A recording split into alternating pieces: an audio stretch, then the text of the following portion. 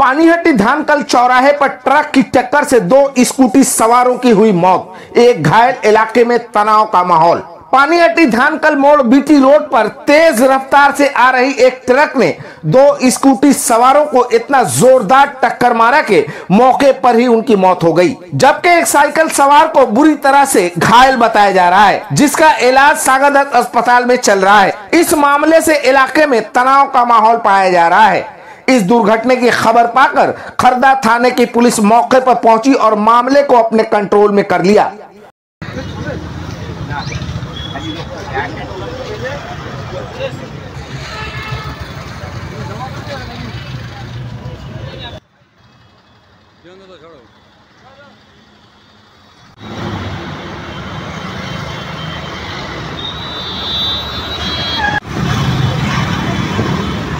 Lorry আসছিল, লরিটার সাথে এই বাইকটায় দুটো ছেলে একসাথে ছিল।